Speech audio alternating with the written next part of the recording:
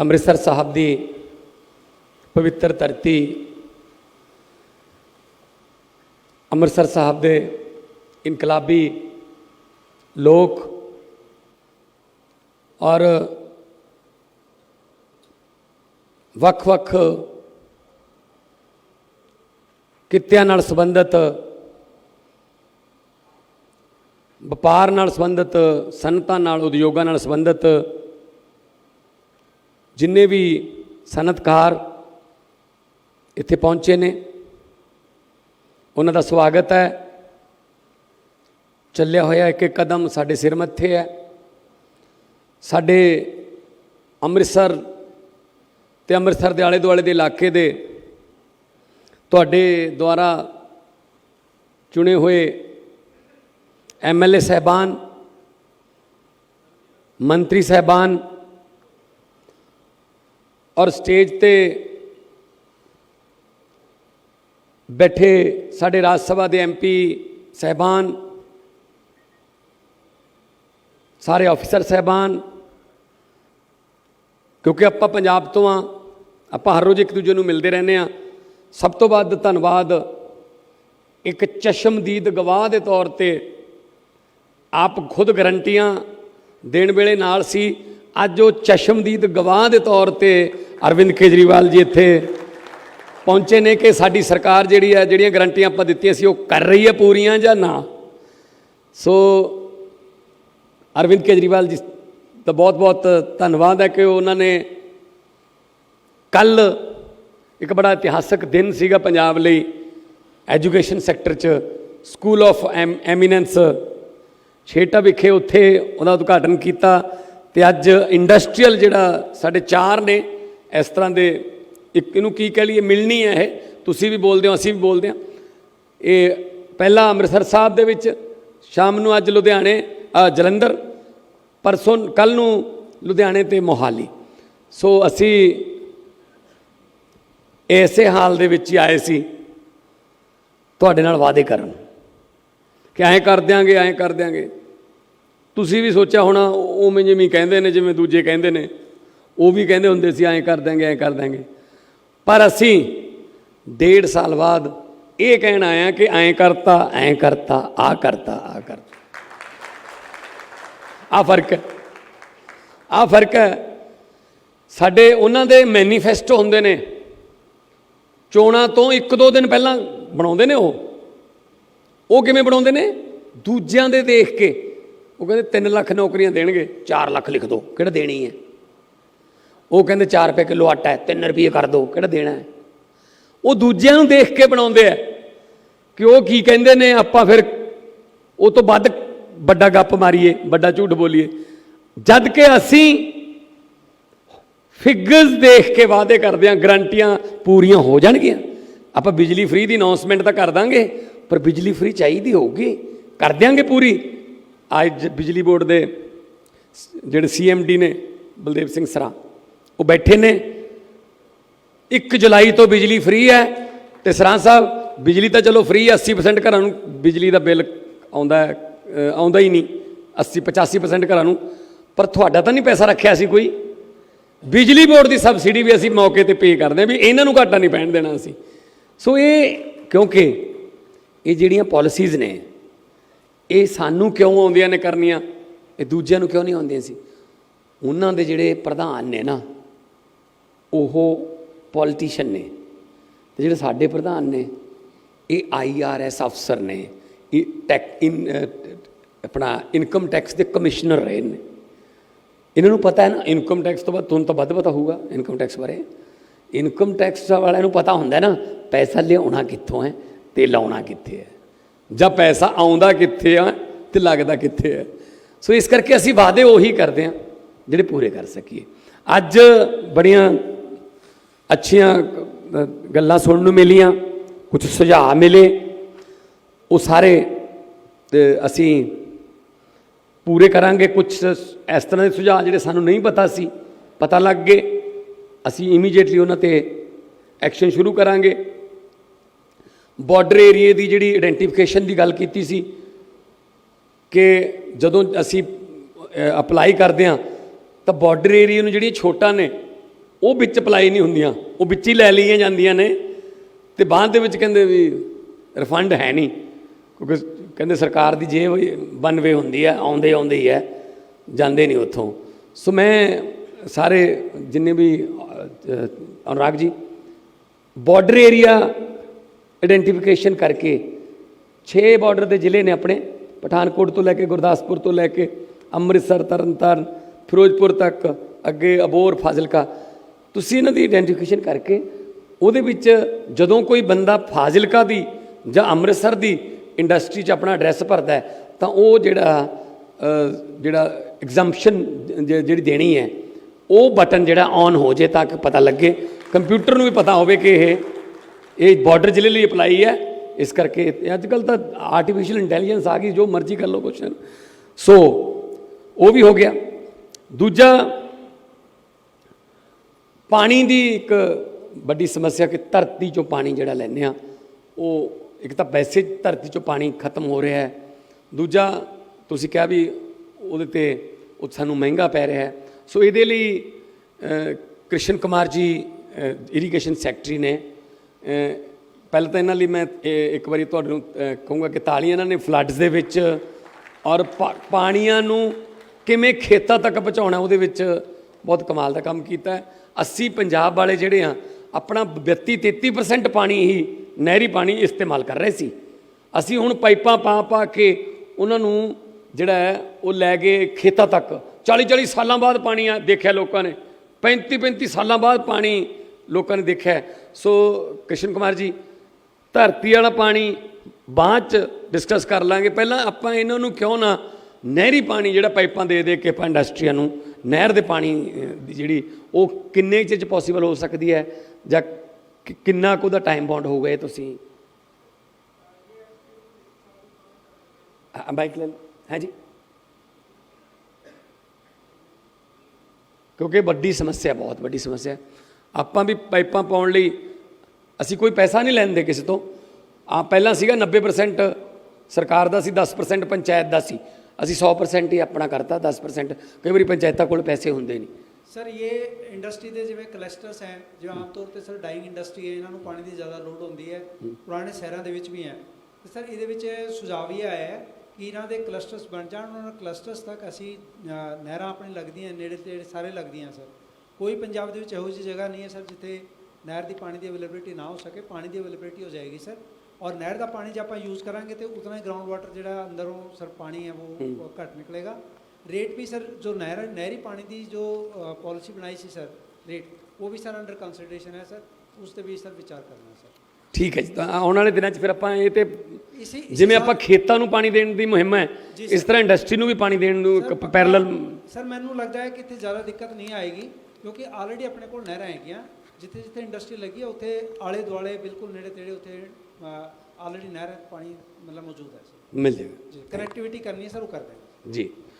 ਦੇਖੋ ਬਿਜਲੀ ਬੋਰਡ ਦੀਆਂ ਬਹੁਤ ਸਾਰੀਆਂ ਸਮੱਸਿਆਵਾਂ ਨੇ, ਪਰ ਖੁਸ਼ੀ ਦੀ ਗੱਲ ਇਹ ਹੈ ਕਿ ਬਿਜਲੀ ਬੋਰਡ ਜਿਹੜਾ ਉਹਦੇ ਨਾਲ ਸਾਡਾ, ਕਿਉਂਕਿ ਇੰਡਸਟਰੀ ਹੈ, ਬਿਜਲੀ ਬੋਰਡ ਦੀਆਂ ਅਕਸਰ ਸ਼ਿਕਾਇਤਾਂ ਚੱਲਦੀਆਂ ਰਹਿੰਦੀਆਂ ਨੇ ਆਪਸ 'ਚ ਇੱਕ ਦੂਜੇ ਨਾਲ, ਪਰ ਅਸੀਂ ਨਵੇਂ ਟਰਾਂਸਫਾਰਮਰ, ਨਵੇਂ 220 kV ਦੇ ਸਬ ਸਟੇਸ਼ਨ, ਜਿਹੜੇ 66 kV ਦੇ ਨਵੇਂ ਸਬ ਸਟੇਸ਼ਨ 6 ਕਰੋੜ ਰੁਪਇਆ ਈਚ,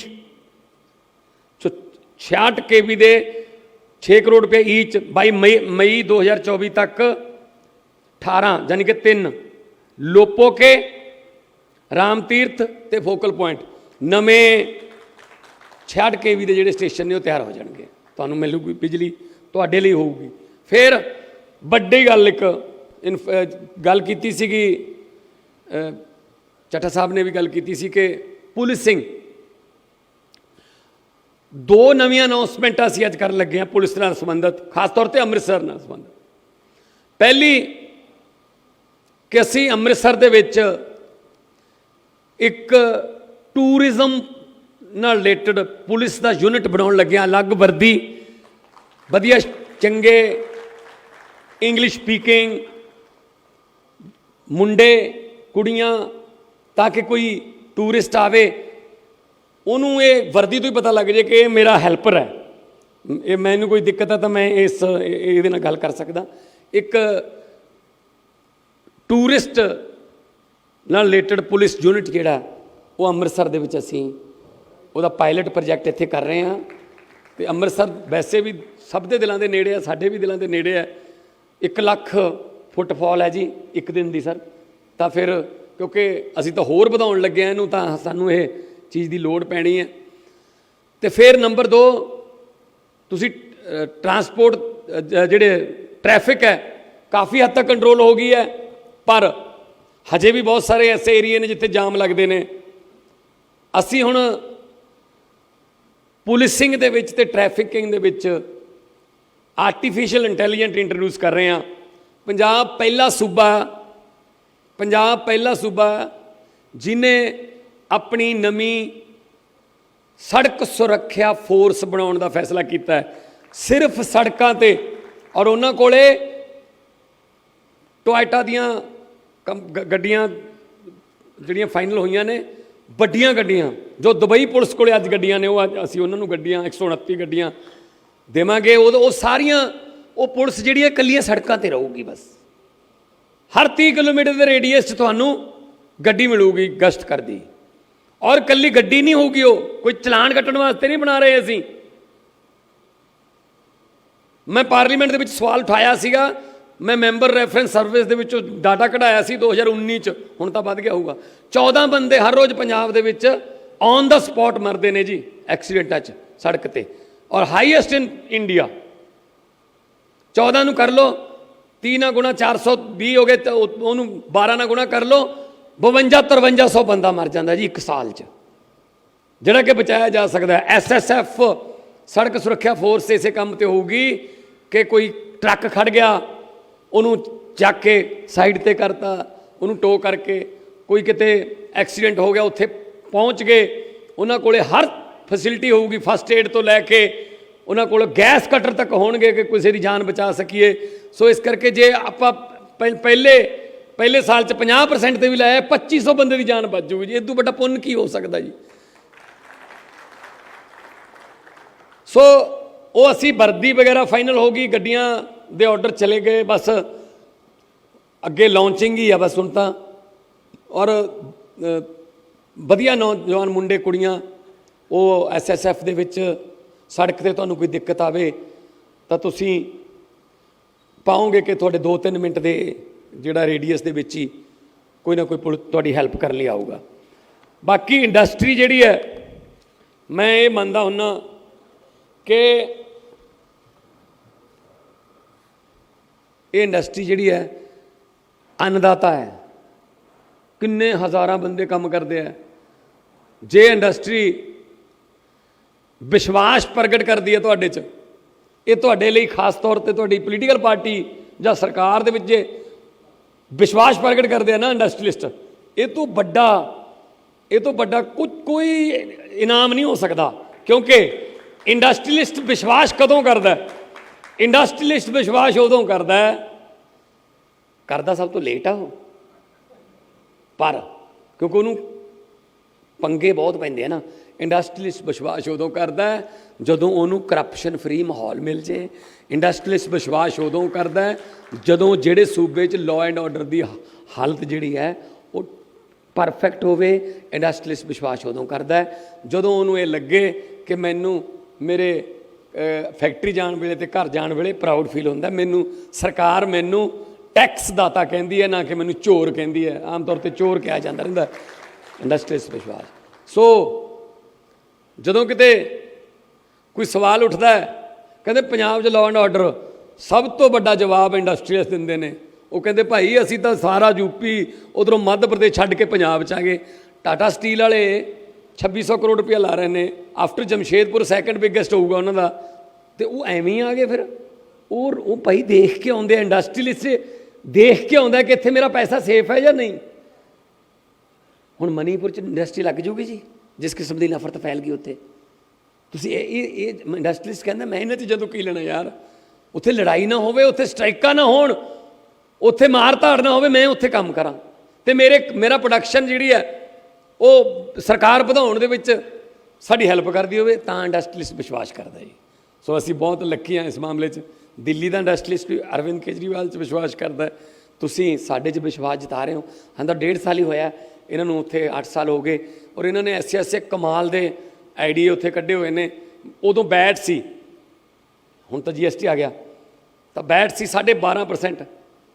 ਤਾਂ ਇਹਨਾਂ ਨੇ ਮਨੀਸ਼ ਸਿਸੋਦੀਆ ਜੀ ਉਦੋਂ ਫਾਈਨਾਂਸ ਮਿਨਿਸਟਰ ਸੀ ਨਾਲ, ਤਾਂ ਇਹਨਾਂ ਨੇ ਬੁਲਾ ਲਏ ਸਾਰੇ ਇੰਡਸਟਰੀਸਟ। ਹਾਂ ਵੀ ਕਹਿੰਦੇ ਜੀ ਬੈਟ ਘਟਾ ਦਿਓ, ਇੰਸਪੈਕਟਰਾਂ ਦੀਆਂ ਰੇਟਾਂ ਬੰਦ ਕਰਾ ਦਿਓ। ਇਹਨਾਂ ਨੇ ਉੱਦਾਂ ਹੀ ਆਰਡਰ ਦਿੱਤੇ ਜਿੱਦਾਂ ਆਪਾਂ ਕਰਦੇ ਹਾਂ ਅੱਜ, ਇੱਦਾਂ ਹੀ ਬਹਿ ਗਏ ਸੀ। ਕਹਿੰਦੇ ਵੀ ਇੰਸਪੈਕਟਰ ਦੀ ਕੋਈ ਰੇਟ ਨਹੀਂ ਹੋਊਗੀ। ਬੈਟ 12.5% ਤੋਂ ਘਟਾ ਕੇ 7%, 5% ਕਰਤਾ, 7.5% ਬੈਟ ਘਟਾਤਾ। ਪਰ ਨਾਲ ਇਹ ਕਹਿਤਾ ਲੈ ਹੁਣ ਨਾ ਇਮਾਨਦਾਰੀ ਨਾਲ ਟੈਕਸ ਭਰ ਦਿਓ। ਤੁਸੀਂ ਯਕੀਨ ਕਰਿਓ 7.5% ਬੈਟ ਘਟਾ ਕੇ ਦਿੱਲੀ ਗਵਰਨਮੈਂਟ ਦਾ 2000 ਕਰੋੜ ਦਾ ਰੈਵਨਿਊ ਵੱਧ ਗਿਆ ਜੀ। ਜਦੋਂ ਇੰਡਸਟਰੀਲਿਸਟ ਨੂੰ, ਜਦੋਂ ਮੁਲਾਜ਼ਮ ਨੂੰ, ਜਦੋਂ ਕਿਸੇ ਸੂਬੇ ਦੇ ਨਾਗਰਿਕਾਂ ਨੂੰ ਇਹ ਯਕੀਨ ਹੋ ਜੇ ਕਿ ਜਿਹੜਾ ਮੈਂ ਟੈਕਸ ਦਿੰਦਾ ਇਹ ਕਿਸੇ ਨਾ ਕਿਸੇ ਫੈਸਿਲਿਟੀ ਦੇ ਰੂਪ 'ਚ ਮੇਰੇ ਤੇ ਹੀ ਵਾਪਸ ਆਊਗਾ, ਤਾਂ ਉਹ ਟੈਕਸ ਦੇਣ ਲੱਗ ਜਾਂਦੇ। ਅੰਮ੍ਰਿਤਸਰ ਵਾਲੇ ਤਾਂ ਦਾਨੀ ਨੇ, ਦੇਖੋ ਸਰ ਕੁਛ ਨਹੀਂ ਮੰਗਿਆ, ਹਰੇਕ ਨੇ ਕਿਹਾ ਪੈਸੇ ਦੇਵਾਂਗੇ, ਸਾਥੋਂ ਲੈ ਲਓ, ਸਾਥੋਂ ਲੈ ਲਓ, ਬਸ ਸਾਨੂੰ ਮਿਲ ਲਓ 19 ਤਰੀਕ ਨੂੰ। ਅਸੀਂ ਤਾਂ ਬੈਠੇ ਹਾਂ ਵੀ ਆਹ ਗਲੀਆਂ ਐ ਸਾਈਂ ਕਰ ਦਿਓ, ਸਾਥੋਂ ਪੈਸੇ ਲੈ ਲਓ, ਸਾਨੂੰ ਕੋਈ ਸਬਸਿਡੀ ਨਹੀਂ ਚਾਹੀਦੀ। ਇਹ ਅੰਮ੍ਰਿਤਸਰ ਵਾਲੇ ਤਾਂ ਸਰ ਇੱਥੇ ਤਾਂ ਦੁਨੀਆ ਮੰਗਣ ਆਉਂਦੀ ਹੈ ਸਰ, ਇੱਥੋਂ ਦੇ ਲੋਕ ਤਾਂ ਦਾਤਾ ਹੀ ਹੈਗੇ ਹੀ ਨੇ, ਧਰਤੀ ਦਾਤਾ ਜਿਹੜੀ ਹੈ ਇਹ ਬਰਕਤ ਵਾਲੀ ਹੈ। ਸੋ ਇਹ ਤੁਹਾਨੂੰ ਡਿਪਾਰਟਮੈਂਟ ਆਫ ਲੇਬਰ ਦਾ ਜਿੰਨੇ ਵੀ ਤੁਸੀਂ ਇਹ ਮੈਂ ਸਾਰੇ ਇਹ ਮੈਂ ਅੱਜ ਤੋਂ ਨਹੀਂ, ਮੈਂ ਤਾਂ ਪਿਛਲੇ 4 ਮਹੀਨੇ ਤੋਂ ਲੱਗੇ, ਮੇਰੇ ਮੂੰਹ ਜਵਾਨੀ ਯਾਦ ਨੇ ਸਾਰੇ। ਮੈਂ ਬਣਵਾਏ ਨੇ ਇਹ ਕਹਿ ਕੇ, ਮੈਂ ਇਹ ਨਹੀਂ ਕਿਹਾ ਕਿ ਅੱਜ ਆਓ ਮੇਰਾ ਅਫਸਰ ਪੜ੍ਹ ਦੂਗਾ ਮੈਂ ਕਹਿ ਦੂੰਗਾ। ਮੇਰੇ ਕੱਲੀ ਮੇਰੇ ਲਾਈਨ ਯਾਦ ਹੈ ਕਿ ਕਿਵੇਂ ਕਰਨਾ ਹੈ, ਕਿ ਚੌਂਕੀਆਂ 14 ਖੋਲ੍ਹੀਆਂ, ਹਾਂ 14 ਚੌਂਕੀਆਂ। ਮੁਹਾਲੀ ਵਾਲੇ ਕਹਿੰਦੇ ਸਾਨੂੰ ਥਾਣਾ ਹੀ ਦੇ ਦਿਓ, ਇੰਡਸਟਰੀਅਲ ਥਾਣਾ। ਅਸੀਂ ਕਿਹਾ ਪਹਿਲਾਂ ਇੰਡਸਟਰੀਅਲ ਥਾਣਾ, ਉੱਥੇ ਥਾਣੇ ਦੀ ਵੀ ਪਰਮਿਸ਼ਨ ਦੇਤੀ। ਸੋ ਹੋਮ ਨਾਲ ਰਿਲੇਟਡ, ਬਿਜਲੀ ਨਾਲ ਰਿਲੇਟਡ, ਲੋਕਲ ਬਾਡੀਜ਼ ਨਾਲ ਰਿਲੇਟਡ, ਸੜਕਾਂ ਨਾਲ ਰਿਲੇਟਡ ਜਿੰਨੀ ਵੀ ਪਾਲਿਸੀਆਂ ਨੇ ਸਾਰੀਆਂ ਤੁਹਾਡੇ ਨਾਲ ਪੁੱਛ ਕੇ ਨੇ। ਨਾਲ ਹੋਰ ਦਰਵਾਜ਼ੇ ਬੰਦ ਨਹੀਂ ਕੀਤੇ, ਦਰਵਾਜ਼ੇ ਖੁੱਲ੍ਹੇ ਨੇ। ਕਈ ਚੀਜ਼ਾਂ ਦਾ ਵਾਹ ਪਿਆ ਜਾਣੀਏ ਜਾਂ ਰਾਹ ਪਿਆ ਜਾਣੀਏ, ਪੰਜਾਬੀ ਦੀ ਕਹਾਵਤ ਹੈ। ਕਈ ਚੀਜ਼ਾਂ ਦਾ ਇਸਤੇਮਾਲ ਕਰਕੇ ਪਤਾ ਲੱਗਦਾ ਕਿ ਇਹ 'ਚ ਗਲਤੀ ਕੀ ਰਹਿ ਗਈ। ਆ ਕਾਰਾਂ ਬਣਾਉਂਦੇ ਨੇ ਵੱਡੀਆਂ ਕੰਪਨੀਆਂ ਵਾਲੇ, ਪਹਿਲਾਂ ਕਾਰਾਂ ਭੰਨ ਕੇ ਦੇਖਦੇ ਆ ਨਾ, ਐਕਸੀਡੈਂਟ ਕਰਕੇ ਦੇਖਦੇ ਉਹਦਾ ਕਿਹੜਾ 에ਅਰ ਬੈਗ ਖੁੱਲ੍ਹਦਾ ਜਾਂ ਨਹੀਂ ਖੁੱਲ੍ਹਦਾ। ਸੋ ਟੈਸਟ ਓਕੇ, ਟੈਸਟਡ ਹੋ ਕੇ ਫਿਰ ਪਬਲਿਕ ਜਾਂਦਾ। ਸੋ ਅਸੀਂ ਪਾਲਿਸੀ ਬਣਾ ਲਈ ਇੰਡਸਟਰੀ ਦੀ, ਤੁਸੀਂ ਇਹਨੂੰ ਇਸਤੇਮਾਲ ਕਰੋ। ਕੋਈ ਕਮੀ ਜਾਂ ਕੋਈ ਦਿੱਕਤ ਆ ਰਹੀ ਹੈ ਇਹਨੂੰ ਇਸਤੇਮਾਲ ਕਰਨ ਵੇਲੇ, ਸਾਡੇ ਨਾਲ ਆ ਕੇ ਦੁਬਾਰਾ ਬਹਿ ਜਿਓ, ਆਪਾਂ ਚੇਂਜ ਕਰ ਦਾਂਗੇ। ਤੁਹਾਡੇ ਮੁਤਾਬਕ ਕਰਨਾ ਅਸੀਂ ਬਦਲ ਦਾਂਗੇ। So life change is a life 'ਚ ਚੇਂਜ ਜਿਹੜੀ ਹੈ ਆ ਚੇਂਜ ਹੀ ਤਾਂ ਲਿਆਂਦੀ ਹੈ। ਫਿਰ ਤੁਸੀਂ ਪੰਜਾਬ 'ਚ ਜਦੋਂ ਆਏ ਅਸੀਂ ਬਦਲਾਅ ਦੇ ਨਾਂ 'ਤੇ ਹਾਂ, ਤਾਂ ਫਿਰ ਬਦਲਾਅ ਕਿਉਂ ਨਹੀਂ ਕਰਾਂਗੇ ਅਸੀਂ। ਫਿਰ ਮੈਂ ਰੋਜ਼ ਇੰਡਸਟਰੀਲਿਸਟਾਂ ਨੂੰ ਮਿਲਦਾ, ਚਾਹੇ ਉਹ ਟੂਰਿਸਟ ਸਮਿਟ ਹੋਵੇ, ਚਾਹੇ ਇਨਵੈਸਟ ਪੰਜਾਬ ਹੋਵੇ, ਰੋਜ਼ ਮਿਲਦਾ ਮੈਂ। ਔਰ ਮੈਂ ਆਪ ਕਹਿਣਾ ਕਿ ਆਓ ਵੈਲਕਮ, ਅਤੇ ਉਹ ਕਹਿੰਦੇ ਨੇ 50,800 ਤੋਂ 840 ਕਰੋੜ ਦੇ ਨੇੜੇ ਤੇੜੇ ਸਾਡੇ ਕੋਲ ਇਨਵੈਸਟ ਪੰਜਾਬ 'ਚ ਆ ਗਿਆ। ਅਸੀਂ ਹਜੇ 11, 12, 13 ਇਨਵੈਸਟ ਜਿਹੜਾ ਟੂਰਿਸਟ ਸਬਮਿਟ ਕੀਤਾ ਹੈ ਮੋਹਾਲੀ 'ਚ। ਤੁਸੀਂ ਬਿਲੀਵ ਕਰਿਓ ਅਸੀਂ MOU ਯਕੀਨ ਨਹੀਂ ਰੱਖਦੇ, ਮੈਮੋਰੰਡਮ ਆਫ ਅੰਡਰਸਟੈਂਡਿੰਗ ਸਾਡੇ ਤਾਂ ਦਿਲ ਨਾਲ ਹੁੰਦੇ ਨੇ ਸਮਝੌਤੇ। ਆ 50,000 ਕਰੋੜ ਵੀ MOU ਨਹੀਂ, ਆ ਗਿਆ, ਲੱਗ ਗਿਆ, 2.5 ਲੱਖ ਬੱਚੇ ਨੂੰ ਕੰਮ ਮਿਲੂਗਾ। ਆ ਹੁਣ 2 ਦਿਨ ਦਾ ਸਬਮਿਟ, 3 ਦਿਨ ਦਾ ਸਬਮਿਟ ਹੋਇਆ, ਹੁਣ ਤੱਕ 1200 ਤੋਂ 1500 ਕਰੋੜ ਰੁਪਏ ਦਾ ਉਹ ਇੰਡਸਟਰੀਲਿਸਟ ਕਹਿੰਦੇ ਅਸੀਂ ਇੱਥੇ ਆਵਾਂਗੇ ਜੀ, ਅਸੀਂ ਪੰਜਾਬ ਦੇ ਵਿੱਚ ਇਨਵੈਸਟ ਕਰਾਂਗੇ। ਚਾਹੇ ਹੋਟਲ ਦੇ ਵਿੱਚ ਆਉਣ, ਚਾਹੇ ਉਹ ਫਿਲਮ ਸਿਟੀ ਦੇ ਰੂਪ 'ਚ ਆਉਣ, ਚਾਹੇ ਵਾਟਰ ਸਪੋਰਟਸ ਦੇ ਵਿੱਚ ਆਉਣ, ਚਾਹੇ ਉਹ ਜਿਹੜੇ ਮਰਜ਼ੀ ਇਕੋ ਟੂਰਿਜ਼ਮ 'ਚ ਆਉਣ, ਜਿਵੇਂ ਮਰਜ਼ੀ ਆਉਣਗੇ। ਅੰਮ੍ਰਿਤਸਰ ਵਾਲਾ ਉੱਥੇ ਹੀ ਐਲਾਨ ਕੀਤਾ ਸੀ ਮੈਂ ਕਿ ਆਪਾਂ ਇਹੋ ਜਿਹਾ ਚੀਜ਼ ਬਣਾਈਏ ਕਿ ਲੋਕ ਇੱਥੇ ਆ ਕੇ ਆਪਣੀਆਂ ਖੁਸ਼ੀਆਂ ਮਨਾਉਣ ਅਤੇ ਨਾਲ ਦਰਬਾਰ ਸਾਹਿਬ ਮੱਥਾ ਟੇਕਣ, ਨਾਲ ਸ਼ਹੀਦਾਂ ਦੀਆਂ ਯਾਦਗਾਰਾਂ ਦੇਖਣ। ਅਤੇ ਇਹ ਸ਼ਹਿਰ ਵਾਸਤੇ ਤਾਂ ਵੈਸੇ ਹੀ ਕੋਈ ਪੁੰਨ ਲੱਗ ਜੇ, ਪਰਮਾਤਮਾ ਸੇਵਾ ਕਰਵਾ ਲਏ ਸ਼ਹਿਰ ਵਾਸਤੇ। ਇੱਕ ਹੋਰ ਤੁਹਾਡੇ ਸ਼ਹਿਰ 'ਚ ਨਵੀਂ ਅੱਜ ਮੈਂ ਦੱਸਣ ਲੱਗਿਆ ਕਿ ਜਿਹੜੀਆਂ ਬੜੀ ਪੋਲੂਸ਼ਨ ਦੀ ਅਤੇ ਆਟੋ ਰਿਕਸ਼ੇ ਬਹੁਤ ਜ਼ਿਆਦਾ ਉਹਨਾਂ ਦੀ ਪ੍ਰੋਬਲਮ ਹੈ। ਅਸੀਂ ਇਸ ਸ਼ਹਿਰ ਦੇ ਵਿੱਚ 2 ਸ਼ਹਿਰ ਚੁਣੇ ਨੇ ਹਜੇ ਪਾਇਲਟ ਦੇ ਵਜੋਂ, ਪਟਿਆਲਾ ਅਤੇ ਅੰਮ੍ਰਿਤਸਰ। ਅਤੇ ਅਸੀਂ ਤੁਹਾਡੇ ਸ਼ਹਿਰ ਦੇ ਵਿੱਚ ਬਹੁਤ ਹੀ ਸ਼ਾਨਦਾਰ ਵਹੀਕਲ, ਜਿਵੇਂ ਈ ਬੱਸਸ ਜਿਹੜੀਆਂ ਇਲੈਕਟ੍ਰਿਕ ਬੱਸਸ ਸ਼ਟਲ ਬੱਸਾਂ ਚਲਾ ਰਹੇ ਹਾਂ ਤੁਹਾਡੇ ਸ਼ਹਿਰ 'ਚ। ਸ਼ਟਲ ਬੱਸਸ ਏਅਰਪੋਰਟ ਤੋਂ ਬੱਸ ਸਟੈਂਡ ਤੋਂ ਦਰਬਾਰ ਸਾਹਿਬ ਤੋਂ ਦੁਰਗਿਆਨਾ ਮੰਦਿਰ ਤੋਂ ਬਾਘਾ ਬਾਰਡਰ, ਰਾਮ ਤੀਰਥ, ਫਿਰ ਇੱਦਾਂ ਹਰ 10-10 ਮਿੰਟ ਬਾਅਦ 5-5 ਮਿੰਟ ਬਾਅਦ ਤੁਹਾਨੂੰ 15 ਸੀਟਰ 20 ਸੀਟਰ 30 ਸੀਟਰ, ਉਹ ਰੂਟ 'ਤੇ ਡਿਪੈਂਡ ਕਰਦਾ ਸੜਕਾਂ ਕਿਹੋ ਜਿਹੀਆਂ ਨੇ, ਨਵੀਆਂ ਬਿਲਕੁਲ ਲੇਟੈਸਟ ਮਾਡਲ ਦੇ ਈ ਵਹੀਕਲ। ਸਾਡੀ ਮੀਟਿੰਗ ਹੋ ਗਈ, ਜਿੰਨੇ ਵੀ ਈ ਵਹੀਕਲ ਬਣਾਉਂਦੇ ਨੇ ਇੰਡੀਆ 'ਚ, ਅਸੀਂ ਉਹਨਾਂ ਤੋਂ ਉਹ ਲੈ ਲਈ ਹੈ ਕਿ ਤੁਸੀਂ ਸਾਨੂੰ ਜਿਹੜੀ ਪ੍ਰੈਜੈਂਟੇਸ਼ਨ ਦੇ ਦਿਓ, ਉਹ ਕਰਾਂਗੇ। ਅੰਮ੍ਰਿਤਸਰ ਸਾਹਿਬ ਤੋਂ ਸ਼ੁਰੂ ਕਰਾਂਗੇ ਇਹ ਜਿਹੜਾ। ਸੋ ਬਾਕੀ ਉਹ ਤੁਹਾਡੀ ਮੰਗ ਜਿਹੜੀ ਹੈ, ਕੁਛ ਰਹਿ ਵੀ ਗਈਆਂ, ਕੁਛ ਟਾਈਮ ਬਾਉਂਡ ਹੋ ਜਾਣਗੀਆਂ ਕਿ ਮੈਂ ਮਿਲ ਕੇ ਜਦੋਂ ਮਰਜ਼ੀ ਮਿਲ ਲਿਓ, ਗੱਲ ਕਰ ਲਾਂਗੇ। ਅਤੇ ਮੇਰੇ ਕੋਲ ਇੱਕ ਇੰਡਸਟਰੀਲਿਸਟ ਆਏ, ਉਹ ਕਹਿੰਦੇ ਜੀ ਮੈਂ ਇੰਨੇ ਪੈਸੇ ਲਾਉਣੇ ਚਾਹੁੰਦਾ, ਇੰਨਾ ਰੋਜ਼ਗਾਰ ਦੇ ਦੂੰਗਾ। ਪਹਿਲਾਂ ਵੀ ਮੈਂ ਦੂਜੀਆਂ ਗੌਰਮੈਂਟਾਂ ਨੂੰ ਮਿਲਿਆ ਸੀ, ਪਰ ਮੈਨੂੰ ਸਰਕਾਰ ਵੱਲੋਂ ਸਪੋਰਟ ਨਹੀਂ ਮਿਲੀ। ਸਰਕਾਰ ਵੱਲੋਂ ਸਪੋਰਟ ਦਿਓ ਜੀ। ਮੈਂ ਕਿਹਾ ਜੀ ਬਿਲਕੁਲ ਸਰਕਾਰ ਵੱਲੋਂ ਪੂਰੀ ਸਪੋਰਟ ਮਿਲੂਗੀ। ਫਿਰ ਕਹਿੰਦਾ ਜੀ ਇੱਦਾਂ ਦੀ ਇੰਡਸਟਰੀ ਹੈ, ਕੰਮ ਦੇ ਦਾਂਗੇ ਜੀ ਬਹੁਤ ਮੁੰਡੇ ਕੁੜੀਆਂ ਨੂੰ, ਬਸ ਸਰਕਾਰ ਦੀ ਸਪੋਰਟ ਚਾਹੀਦੀ ਹੈ ਜੀ। ਮੈਂ ਕਿਹਾ ਬਿਲਕੁਲ ਸਰਕਾਰ ਦੀ ਸਪੋਰਟ ਮਿਲੂਗੀ। ਫਿਰ ਕਹਿੰਦਾ ਬਸ ਸਰਕਾਰ ਦੀ ਸਪੋਰਟ ਮਿਲ ਜੇ ਨਾ ਕਿਤੇ ਕਮਾਲ ਹੀ ਹੋ ਜੇ। ਮੈਂ ਕਿਹਾ ਜੀ ਸਪੋਰਟ ਮਿਲੂਗੀ, ਵਾਅਦਾ ਕਰ ਦਿਓ ਨਾ ਜੀ ਵੀ ਸਪੋਰਟ ਦਿਓਗੇ। ਮੈਂ ਸੋਚਿਆ ਯਾਰ ਸਪੋਰਟ, ਸਰਕਾਰ ਦੀ ਸਪੋਰਟ, ਇਹ ਤਾਂ ਬੜਾ ਇਹ ਜ਼ੋਰ ਦੇ ਕੇ ਬੋਲ ਰਿਹਾ। ਮੈਂ ਕਿਹਾ what kind of support you need, ਕਿਹੜੀ ਸਪੋਰਟ ਦੀ ਚਾਹੀਦੀ ਹੈ ਤੈਨੂੰ ਸਰਕਾਰ ਵੱਲੋਂ? ਮੈਂ ਕਿਹਾ ਚਲੋ ਬਿਜਲੀ ਬਾਰੇ ਕਹੂਗਾ ਜਾਂ ਜ਼ਮੀਨ ਸਸਤੀ ਦੇ ਦਿਓ। ਕਹਿੰਦਾ ਜੀ ਬਸ ਤੰਗ ਨਾ ਕਰਿਓ, ਆਹ ਸਪੋਰਟ ਚਾਹੀਦੀ ਹੈ। ਦੱਸੋ, ਸਰਕਾਰਾਂ ਤੰਗ ਕਰਨ ਵਾਸਤੇ ਬਣਾਈਆਂ ਜੀ? ਕਹਿੰਦਾ ਪਹਿਲਾਂ ਵਾਲਿਆਂ ਨੂੰ ਮੈਂ ਬਹੁਤ ਵਾਰੀ ਮਿਲ ਕੇ ਗਿਆ, ਸਰਕਾਰ ਵੱਲੋਂ ਸਪੋਰਟ ਮਿਲੀ ਨਹੀਂ ਜੀ। ਇੰਡਸਟਰੀਲਿਸਟ ਇਸੇ ਗੱਲ ਤੋਂ ਡਰੀ ਜਾਂਦਾ ਹੈ ਕਿ ਤੰਗ ਨਾ ਕਰਿਓ। ਆਹ ਜਿਹੜੀਆਂ ਲਾਲ ਰੰਗ ਦੀਆਂ ਥੈਲੀਆਂ ਲੈ ਕੇ ਜਾਂਦੇ ਹੋ ਨਾ ਇਲੈਕਸ਼ਨਾਂ ਵੇਲੇ ਲੀਡਰਾਂ ਦੇ ਘਰਾਂ 'ਚ, ਤੁਸੀਂ ਕੋਈ ਉਹਨਾਂ ਦੀਆਂ ਪਾਲਿਸੀਆਂ ਥੋੜ੍ਹੀ ਪਿਆਰ ਕਰਦੇ ਹੋ। ਇਹ ਕਹਿਣ ਜਾਂਦੇ ਹੁੰਦੇ ਜੇ ਤੂੰ ਆ ਗਿਆ ਤੂੰ ਨਾ ਤੰਗ ਕਰੀ, ਜੇ ਤੂੰ ਆ ਗਿਆ ਤੂੰ ਨਾ ਤੰਗ ਕਰੀ, ਬਸ ਆਹੀ ਹੁੰਦਾ ਨਾ। ਸੋ ਭਾਈ ਇਹ ਤੁਹਾਡੀ ਸਰਕਾਰ ਹੈ, ਤੁਸੀਂ ਆਪਣੇ ਹਿਸਾਬ ਨਾਲ ਚਲਾਓ। ਅਸੀਂ ਕਿਸੇ ਨੂੰ ਤੰਗ ਕਰਨ ਵਾਸਤੇ ਨਹੀਂ, ਅਸੀਂ ਤਾਂ ਇੱਥੇ ਤੁਹਾਡੀਆਂ ਕਮਾਈਆਂ 'ਚ ਵਾਧਾ ਕਰਨ ਲਈ ਅਤੇ ਬਰਕਤਾਂ ਪਾਉਣ ਵਾਸਤੇ ਇੱਥੇ ਅਸੀਂ ਆਏ ਹਾਂ। ਸੋ ਮੈਂ ਤੁਹਾਨੂੰ ਮਿਲਦਾ ਰਹੂੰਗਾ, ਮੈਂ ਇੱਥੇ ਹੀ ਹਾਂ, ਜਦੋਂ ਮਰਜ਼ੀ ਤੁਸੀਂ ਮੇਰੇ ਕੋਲ ਆ ਜਾਓ। ਇੱਕ ਜਿਹੜਾ ਤੁਸੀਂ ਜਿਸ ਤਰ੍ਹਾਂ ਕਿਹਾ ਕਿ ਇੱਕ ਨੋਡਲ ਅਫਸਰ ਟੂਰਿਜ਼ਮ ਵਾਸਤੇ ਇੱਥੇ ਲਾ ਦਈਏ, ਬੜਾ ਵਧੀਆ ਆਈਡੀਆ, ਇਹਦੇ 'ਤੇ ਵੀ ਅਸੀਂ ਕੰਮ ਕਰਦੇ ਹਾਂ। ਅਤੇ ਦਿੱਲੀ ਏਅਰਪੋਰਟ 'ਤੇ ਵੀ ਅਸੀਂ ਇੱਕ ਜਗ੍ਹਾ ਲੈ ਲਈ ਹੈ ਅਰਾਈਵਲ 'ਤੇ।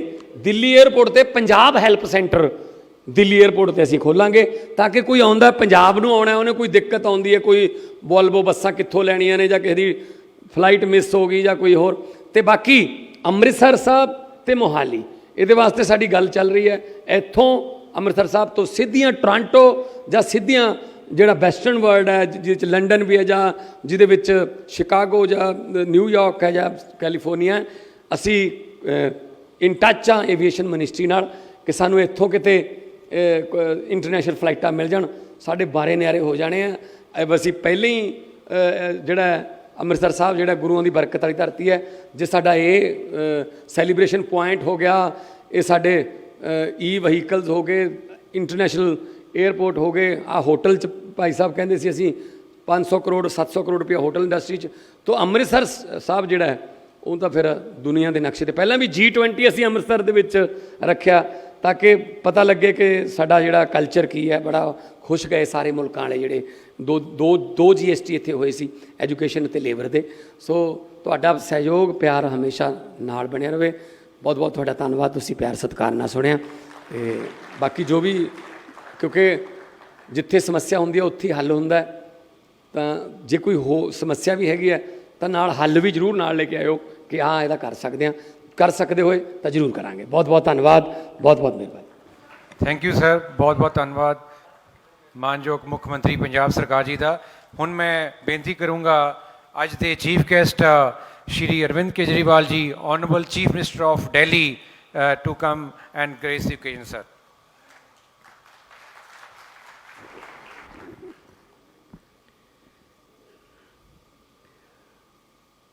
पंजाब के मानयोग मुख्यमंत्री और मेरे छोटे भाई भगवंत मान जी,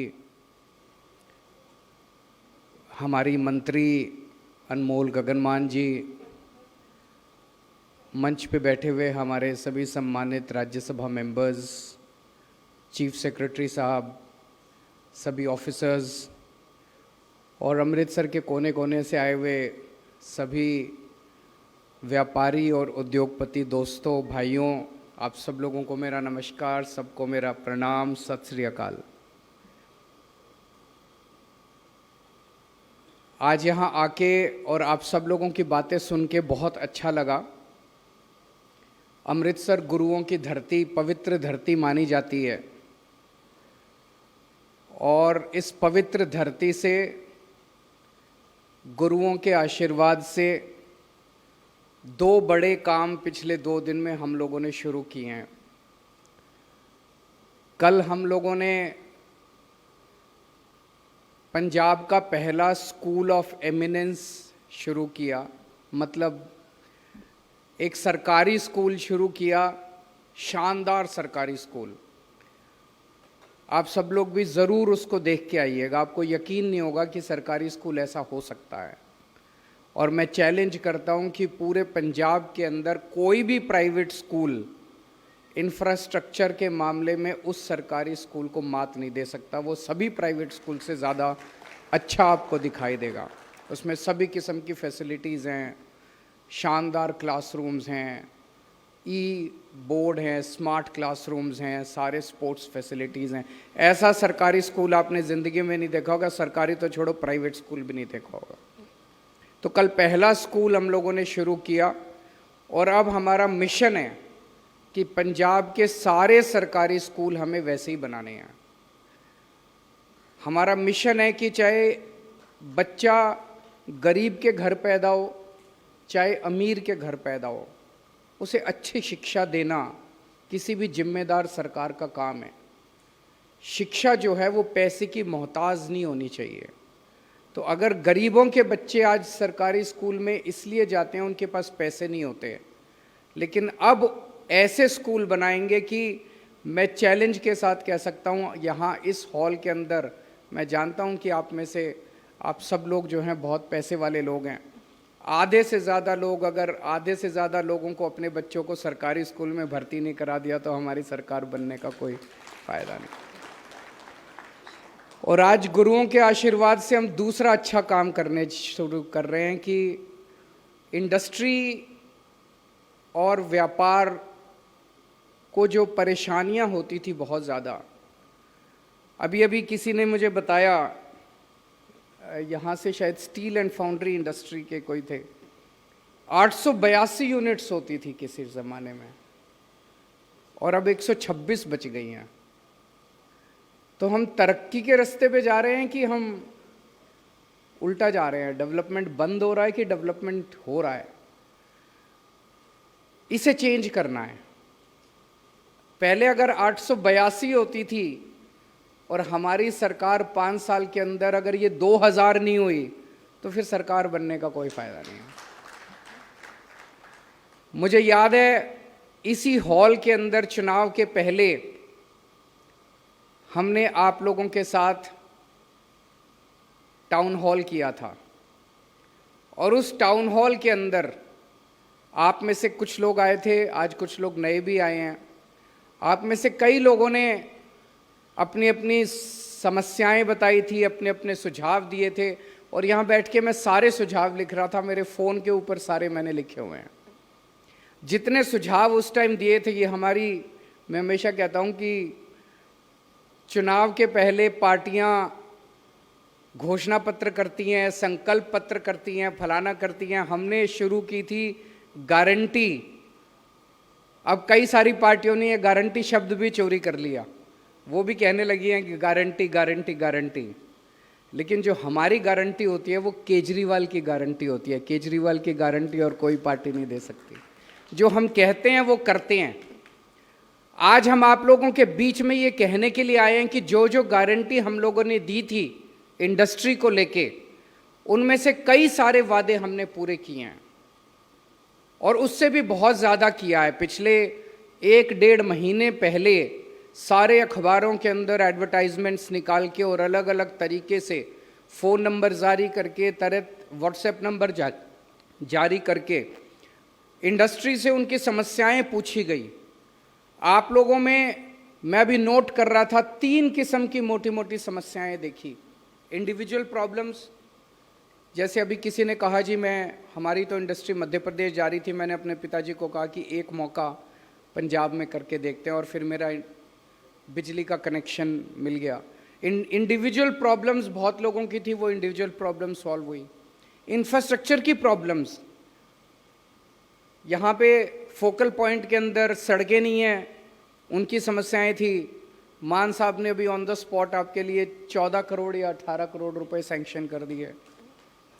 वहाँ पे दरबार साहब के आसपास उन्होंने बताया कि जो सड़कें हैं वो ख़राब हैं, वो सारी सड़कें बनेंगी। मान साहब ने प्रॉमिस किया, और अभी अभी मैं बैठा था, हमारे राज्यसभा के एमपी हैं, ये बता रहे हैं 50 लाख रुपए इन्होंने ऑलरेडी सैंक्शन कर दिया आसपास की सड़कें रिपेयर कराने के लिए, लेकिन पैसे की कमी नहीं होने देंगे, आप चिंता मत करना। किसी ने बताया कि वहाँ पे जो आपने बताया कि जो बड़े बड़े फोकल पॉइंट की तो बात करते हैं, लेकिन जो छोटे व्यापारी हैं वहाँ पे उनके सड़कें नहीं बनाई जाती, वो भी सड़कें बनाएंगे। तो दूसरी समस्या निकल के आई कि इंफ्रास्ट्रक्चर की प्रॉब्लम है। इंफ्रास्ट्रक्चर के लिए कई सारे प्रोजेक्ट्स आज अनाउंस किए गए हैं। तीसरी किस्म की समस्या निकल के आई कि सिस्टमिक प्रॉब्लम्स हैं, सिस्टम की समस्याएं हैं, गलत पॉलिसीज बनी हुई हैं, उन पॉलिसीज को ठीक करना है, उसको भी ठीक करेंगे। अभी तक जब भी इंडस्ट्री की बात करते थे, एक ही चीज सुनने में आती थी कि कितना बाहर से इन्वेस्टमेंट आ रहा है, कितना बाहर से इन्वेस्टमेंट आ रहा है। वो तो इंपॉर्टेंट है, लेकिन किसी ने सही कहा कि बाहर के इन्वेस्टमेंट को तो बाद में देख लेना, पहले अपनी इंडस्ट्री तो बचा लो। अगर हमारी इंडस्ट्री नहीं बचेगी तो बाहर का इन्वेस्टमेंट का क्या फायदा। और सबसे बड़े ब्रांड एम्बेसडर्स तो आप ही लोग हैं। कोई अगर बाहर से इंडस्ट्री लगाने आएगा तो सबसे पहले तो आप ही से पूछेगा कि भाई साहब क्या माहौल है यहाँ पे, अच्छा माहौल है, खराब माहौल है, मैं पैसा लगाऊं यहाँ पे। और आप कहोगे नहीं जी बहुत खराब माहौल है, मत आना, तो कोई भी बाहर से पैसा नहीं आ सकता। तो एक भगवंत मान साहब ने बड़ा अच्छा काम किया। मैंने ये देखा है कि हर स्टेट के अंदर बड़े बड़े प्रोग्राम्स होते हैं, फलाने स्टेट में ये वो बड़े बड़े, और इतने बड़े एक प्रोग्राम करते हैं कि इन्वेस्ट करो। बाहर से बड़े बड़े सारे अंबानी, अडानी, फलाना ढिमका सारे बड़े बड़े उद्योगपतियों को बुलाते हैं इन्वेस्ट करने के लिए। फिर अगले दिन अखबारों के फ्रंट पेज पे खबरें छपवाई जाती हैं, फुल पेज ऐड छपते हैं, 3 लाख 4 लाख करोड़ रुपए के एमओयू साइन हो गए। और मैंने देखा एक भी एमओयू जो है वो इन्वेस्टमेंट में कन्वर्ट नहीं होता। भगवंत मान ने एक बड़ा इंटरेस्टिंग काम किया जो मैं देख रहा था पिछले 1 साल से बड़े क्लोजली। इन्होंने इस तरह का कोई नौटंकी नहीं की। मैं इसको नौटंकी बोलूंगा क्योंकि आते हैं, सारा मीडिया आता है, 2 दिन की प्रोग्राम होते हैं, देश भर के बड़े बड़े लोग आते हैं, एमओयू साइन होते हैं, पैसा एक नहीं आता, जॉब एक नहीं मिलता, टैक्स एक नहीं आता।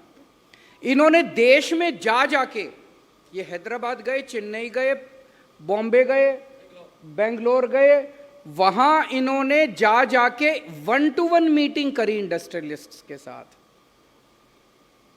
एक इंडस्ट्रियलिस्ट के साथ जब आप बंद कमरे में 1-to-1 मीटिंग करते हो, तब वो आपको बताता है कि मेरी क्या इन्वेस्टमेंट मैं कर सकता हूं और मेरी क्या प्रॉब्लम्स हैं, सरकार से मेरी क्या एक्सपेक्टेशंस हैं। वो जो मीटिंग्स हैं वो एक्चुअल इन्वेस्टमेंट्स में कन्वर्ट हो रही हैं। ये कोई छोटी बात नहीं है कि अभी हमारी 1.25 साल हुए हैं हमारी सरकार बने हुए, 1.5 साल हुआ है सरकार बने हुए। इस 1.5 साल के अंदर अगर 50,000 करोड़ रुपए की इन्वेस्टमेंट शुरू हो गई है, नारियल फूट गए हैं, जमीनें खरीद ली गई हैं, इन्वेस्टमेंट ये एमओयू नहीं है, ये वो फर्जी वाले एमओयू नहीं है, ये असली वाली इन्वेस्टमेंट है। 50,000 करोड़ रुपए की इन्वेस्टमेंट अगर कोई सरकार 1.5 साल के अंदर ला रही है, ये बहुत बड़ी अचीवमेंट है, बहुत बड़ी अचीवमेंट है।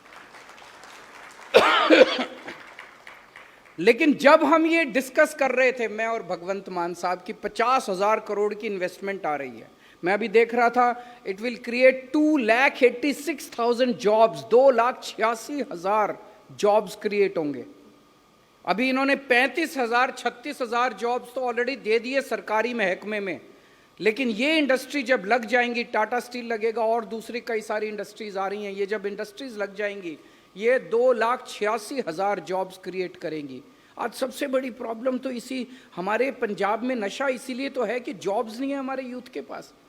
जो लड़का सवेरे नौकरी पे जाके शाम को घर आएगा, सवेरे व्यापार में जाके शाम को, वो नशा थोड़ी करेगा, उसके पास तो टाइम ही नहीं है। आज नशा इसलिए कर रहे हैं, बेरोजगारी है, इसी से बेरोजगारी खत्म हो गई। लेकिन जब हम ये डिस्कस कर रहे थे, सबसे बड़ी प्रॉब्लम हमें नजर जो आई कि अगर बाहर की इन्वेस्टमेंट तो आएगी, लेकिन जब तक सबसे बड़े इन्वेस्टर तो आप लोग हैं, आपने तो अपनी इन्वेस्टमेंट कर रखी है ऑलरेडी, और अगर आपको माहौल मिलने लगा तो अभी आपके पास, मेरे को पता है यहां जितने लोग बैठे हैं सबकी जेब में अच्छा खासा पैसा है। अगर आपको अच्छा माहौल मिल गया तो जितनी इन्वेस्टमेंट ये 50,000 करोड़ रुपए बाहर से लाए हैं, आप कम से कम अगर सारे खुश हो गए तो 1,00,000 करोड़ से ज्यादा इन्वेस्टमेंट आप खुद करने की क्षमता रखते हैं। केवल इसकी बात नहीं कर रहा, पंजाब के अंदर अभी शाम को हम लोग जालंधर जा रहे हैं, कल लुधियाना जाएंगे, उसके बाद हम मोहाली जाएंगे।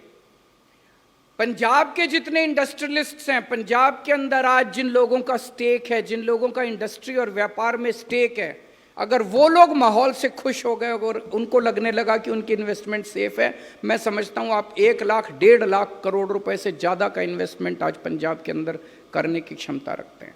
इसीलिए हमारा मकसद है कि इंडस्ट्री को आज जो माहौल है उसको ठीक किया जाए।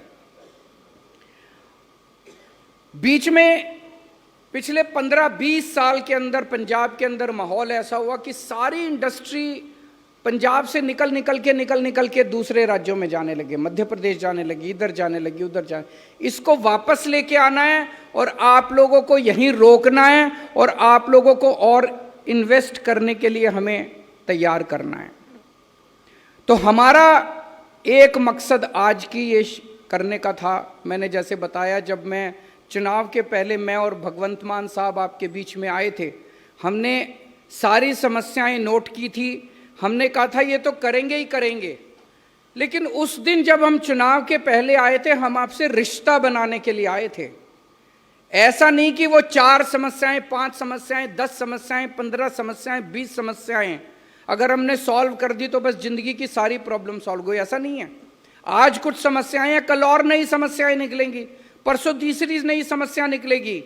आज ये प्रोसेस हमने चालू किया है और हम कोशिश करेंगे, मेरी मान साहब से रिक्वेस्ट है कि हर 3-3, 4-4 महीने के अंदर ये बिजनेस वालों के साथ, इंडस्ट्री वालों के साथ इस तरह का डायलॉग होना चाहिए। मैं अभी देख रहा था, जैसे आपने बताया बासमती राइस की जो प्रॉब्लम है, एक नई प्रॉब्लम क्रिएट हो गई है। एक तरफ पंजाब के अंदर हम पॉलिसी बना रहे हैं कि बासमती राइस ज़्यादा उगाओ, बासमती राइस ज़्यादा उगाओ, और दूसरी तरफ केंद्र सरकार अगर बासमती राइस एक्सपोर्ट करने के लिए मना कर, बेचेंगे कहाँ पे हम लोग? तो नई नई प्रॉब्लम्स क्रिएट होंगी और वो नई नई प्रॉब्लम्स क्रिएट होंगी इसी तरह से। एक इन्होंने अभी जैसे चीफ सेक्रेटरी साहब ने कई सारे तरीके अनाउंस किए हैं कि आप सरकार से कैसे मिल सकते हैं, मुख्यमंत्री से कैसे मिल सकते हैं, चीफ सेक्रेटरी से कैसे मिल सकते हैं। दूसरा, 3-3, 4-4 महीने में ऐसे मीटिंग्स होंगी तो आप सब लोगों के साथ, आप सब लोगों को मौका मिलेगा अपनी बातें रखने का। हम लोग नए नए राजनीति में आए हैं, कितनी 10 साल हुए हैं हमारी पार्टी को बने हुए। जब सबसे पहले दिल्ली में सरकार बनी थी, ये सारी दूसरी पार्टी वाले हमारा मजाक उड़ाते थे, कहते थे इनको सरकार चलानी नहीं आती, ये कैसे सरकार चलाएंगे, इनको सरकार चलानी नहीं आती। फिर दिल्ली में हमारी सरकार बनी, शानदार सरकार चल गई, अच्छी सरकार चल गई। हेल्थ के क्षेत्र में रेवोल्यूशन आ गया, एजुकेशन के क्षेत्र में रेवोल्यूशन आ गया, बिजली के क्षेत्र में रेवोल्यूशन आ गया, पानी के क्षेत्र में, कई क्षेत्रों के अंदर शानदार काम चल रहा है दिल्ली के अंदर। दिल्ली के कामों को देख के पंजाब के लोगों ने हमें वोट दे दिया, पंजाब में हमारी सरकार बनी। जब पंजाब में हमारी सरकार बनी और जब भगवंत मान साहब यहाँ के मुख्यमंत्री बने, कई लोग कहते थे ये तो आर्टिस्ट है, पता नहीं ये कैसे सरकार चलाएंगे, सरकार चला पाएंगे कि नहीं चला पाएंगे। आज मुझे आप सब लोगों के मैं स्टेटमेंट सुन रहा था, एक आदमी ने कहा कि अमृतसर का ट्रैफिक की प्रॉब्लम सॉल्व हो गई है। अगर अमृतसर की ट्रैफिक की प्रॉब्लम सॉल्व हो गई है तो हम दिल्ली वाले भी भगवंत मान साहब से सीखेंगे कि ट्रैफिक की प्रॉब्लम कैसे सॉल्व करनी है। किसी ने कहा कि सिविल एडमिनिस्ट्रेशन बहुत अच्छा हो गया। ये ग्रीन स्टैम्प पेपर, इससे बड़ी सिंगल विंडो सिस्टम हो सकता है? बड़ी बड़ी बातें मैंने पूरे देश में सुनी है, बड़े बहुत CII के भी प्रोग्राम अटेंड करे, फिक्की के भी, सब जगह एक ही होता है, हम सिंगल विंडो सिस्टम करेंगे, हम सिंगल विंडो सिस्टम कर, कहीं कोई सिंगल विंडो नहीं होता। मैं सोच रहा था अभी बैठे बैठे, ये ग्रीन स्टैम्प पेपर से ज्यादा इफेक्टिव सिंगल विंडो सिस्टम मैंने तो आज तक नहीं देखा। ये इन्हीं के दिमाग की उपज है। अभी इस, और सबसे बड़ी बात है कि करप्शन खत्म हो गई है, करप्शन खत्म हो गई है। मैं ये नहीं कहूंगा कि नीचे के लेवल पे कई ऐसे क्षेत्र होंगे जहां पे चल रही है।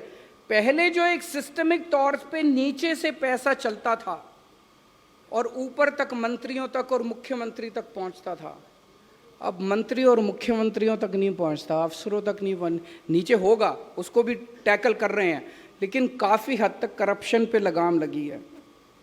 टूरिज्म के क्षेत्र में भी आप लोगों ने बताया कि बहुत शानदार काम चल रहा है। यहाँ पे टूरिज्म के कई सारे लोग आए थे जिन्होंने अपने MSME, पूरे देश में पिछले 1 साल के अंदर सबसे 3.25 लाख MSME के रजिस्ट्रेशन हुए हैं। That is the highest in the country. केवल 1.5 साल के अंदर, केवल 1.5 साल के अंदर सबसे, और जबकि 2-3 साल पहले का डेटा है कि MSME कोई यहाँ लगाना नहीं चाहता था, सारी जो एग्जिस्टिंग MSME है वो उठ के बाहर जा रही थी, और अब नई MSME जो है 3.25 लाख MSME नई रजिस्ट्रेशन यहाँ पे हुई है। अभी जैसे उन्होंने बताया, कृष्ण कुमार जो इरिगेशन सेक्रेटरी हैं, उन्होंने बड़ा शानदार काम किया। ये बता रहे थे कि हमारी नहरें, हमारे पास पानी है, नहरें हैं, 30 से 40% पानी केवल इस्तेमाल हो रहा था। और मैं सुन के आश्चर्यचकित रह गया। अभी किसी ने कहा जी हमें ग्राउंड वाटर का प्रॉब्लम हो रही है, और कृष्ण कुमार सेक्रेटरी ने यहाँ पे खड़े होकर कहा कि चिंता मत करो, पानी है हमारे पास। ऐसा माहौल मैंने कहीं नहीं देखा कि कोई सरकारी अफसर खड़ा होकर कहे पानी मैं दूंगा, चिंता मत करो, पानी आ जाएगा आप लोगों के पास। ये कोई छोटी मोटी बात नहीं है। तो जो लोग 1 साल पहले, 1.5 साल पहले जब हमारी सरकार बनी, वो कहते थे भगवंत मान सरकार चला पाएंगे क्या, वो तो आर्टिस्ट हैं। आज मैं विश्वास के साथ आपकी बातें ही सुन रहा था, आपकी बातों से ये निकल के आ रहा है, perhaps he is one of the best administrators in the country. जिस तरह का एडमिनिस्ट्रेशन वो दे रहे हैं, मेरा छोटा भाई है, मैं प्यार करता हूं, लेकिन ये मैं अपनी आवाज, अपनी बात नहीं कह रहा, ये मैं आपकी बातों से कंक्लूड करके कह रहा हूं। पंजाब ने बहुत बड़े बड़े लीडर्स पैदा किए हैं, पंजाब ने इसके पहले बहुत बड़े बड़े मुख्यमंत्री भी पैदा किए हैं, लेकिन मुझे ये कहने में कोई गुरेज नहीं है कि he is proving to be one of the best chief ministers that Punjab has produced so far. मैंने सोशल मीडिया पे अभी देखा, पंजाब में बाढ़ आई, बाढ़ आती है क्या होता है, मुख्यमंत्री एक हेलीकॉप्टर लेता है, पूरा फोटो खिंचाता है, वीडियो खिड़की के पास बैठ के वीडियो खिंचाता है और फिर ट्वीट कर देता है, आज मैंने बाढ़ ग्रस्त इलाकों का दौरा किया। ऐसे ही होता है ना, स्टैंडर्ड है, स्टैंडर्ड SOP है। इन्होंने हेलीकॉप्टर से दौरा नहीं किया, इन्होंने अपनी पैंट ऊपर करी और पैंट ऊपर करके ये खुद कश्ती में बैठ के एक गांव में गए, और वो सीन सबने देखा जब छत के ऊपर लोग बैठे हुए थे और उन छत के ऊपर से लोगों को ये उतार के नीचे लाए। वो आ नहीं रहे थे, वो कह रहे थे नहीं हम अपना घर नहीं छोड़ना चाहते, हमारा सामान डूब जाएगा। उनको छत के ऊपर से लोगों को अपनी नाव में बिठा के लोगों को बचाने के लिए निकला था पंजाब का मुख्यमंत्री। पंजाब ने आज तक ऐसा मुख्यमंत्री नहीं देखा जो हेलीकॉप्टर से दौरे नहीं करता, वो जमीन के ऊपर, पानी के ऊपर उतर के और वो जाता है। आज बस मैं ज़्यादा भाषण देने के लिए नया, मुझे बहुत खुशी हुई आज आप लोगों के साथ मिलके और आप लोगों के साथ मीटिंग करके। एक ही चीज़ कहना चाहता हूँ, मैं भी इनकम टैक्स में पहले काम करता था। जितनी सरकारें आईं, सब सरकारों ने व्यापारियों को और इंडस्ट्रियलिस्ट्स को शक की निगाहों से देखा है। वो सोचते हैं कि ये चोर हैं, जैसे इंडस्ट्रियलिस्ट को देखते हैं झपट्टा मार के पड़ती है पूरी सरकार, इसको लूट लो, नोच लो इसको, ऐसे ही होता है ना। नोचने के लिए नेता भी नोचने को बैठा है, अफसर भी नोचने को बैठा है, और सबको लगता है ये चोर है, इसने पता नहीं कितना कमा रखा है, इससे जितना नोच सकते हैं नोच लो। हम आपको चोर नहीं मानते, हम आपको अपना भाई मानते हैं, हम आपको अपना पार्टनर मानते हैं। हम ये मानते हैं कि आपके बिना पंजाब की तरक्की संभव नहीं है। अगर आप नहीं हैं तो पंजाब की तरक्की नहीं हो सकती। आपको खुश रखना, आप फलें फूलें, आगे बढ़ें, तरक्की करें, खूब कमाएं, और उस कमाई में से थोड़ा बहुत टैक्स सरकार को दे दें और हमारे बच्चों को नौकरी दे दें। बस यही चाहते हैं हम लोग। बहुत बहुत शुक्रिया।